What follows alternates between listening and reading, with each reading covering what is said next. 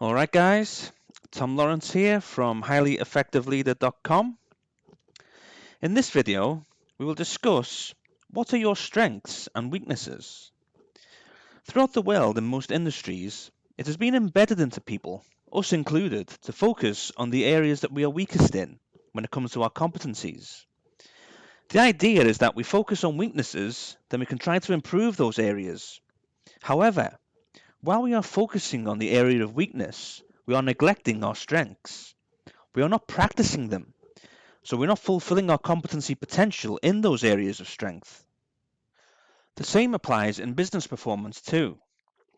Businesses focus on the areas that they are not doing well in and try to improve those areas. By not focusing on the areas they are doing well in, over time, those areas will become weaker. Highly effective leaders want to fulfill their potential, so it's very important that they understand where to focus if they want to enhance their competencies.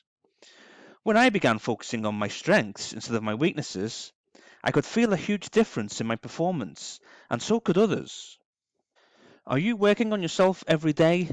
It's time to start focusing on your strengths in the area of competency. You are strong in these areas because you don't need a lot of effort to perform. However, your focus needs to be intense, not average. If you only give average focus, your strengths will remain average. If you give intense focus, then you'll become an excellent, highly effective leader. Highly effective leaders are looking for excellence, and that will be you when you start to focus. When it comes to weaknesses, these are the areas where you do not have natural ability to perform without a lot of effort. Everybody has weaknesses. If you focus on your weaknesses instead of your strengths, then you won't become an excellent, highly effective leader, and your team will not benefit. You will definitely improve in the area of weakness, but you will not be able to fulfill your full potential in your competencies. It doesn't matter if you give intense focus to your weaknesses.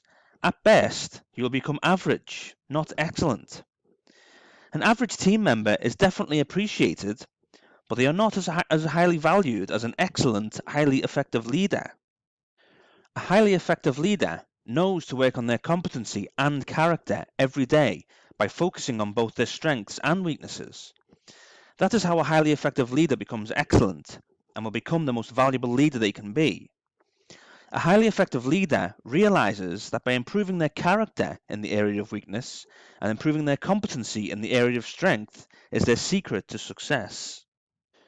As you are working on yourself every day to become an excellent, highly effective leader and work on being the most valuable team asset you can be, focusing on your strengths in the area of competency and your weaknesses in the area of character will be your secret to success too. Team members will hold you in very high regard, and leaders will value you to the highest level. The opportunities will also open up to you very fast. To increase your influence and become a highly effective leader, character is where you must put the most focus. Almost 90% of your results will be down to your character, not competency.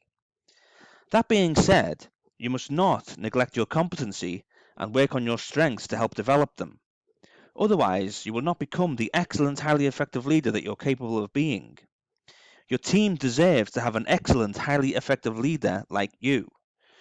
So it is your responsibility to work on yourself every single day just to be that. Your character will need to be as strong as possible if your team want to build a relationship with you.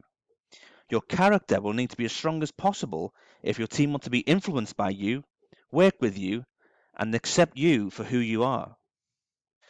Character and competency go hand in hand. Your competency will enable you to take the team's and the organization's vision and make it your own. It is your competency that will enable you to contribute to the team's and the organization's mission. When character and competency are working together in harmony, that is when you will gain trust from your team, your leader, and your organization. If your character and competency do not work in harmony and are of the highest level they can be in both areas, then you're on the path to becoming a low-performing leader. Team members will not want to work with you. They will not be influenced by you, and they will not really accept you. I have worked with many people who have a very high level of competency, but their character was a very low level. It doesn't matter if you have a high competency With a low-level character, it will not work. You probably know people in your organization or even on your team who have a high competency and low character. What do you think of them? Please subscribe to my YouTube channel to keep learning more strategies on leadership, personal growth, and influence that will benefit you in both your personal and professional life. Connect with me on my other social media channels also to keep in contact and up to date on what I'm doing. Please visit my website, highlyeffectiveleader.com, to learn even more valuable strategies in the area of leadership, personal growth, and how you can increase your influence. And please pass on what you have learned in this video, and together, let's create a world of highly effective leaders. I've been Tom Lawrence, and I'll see you soon in my next video.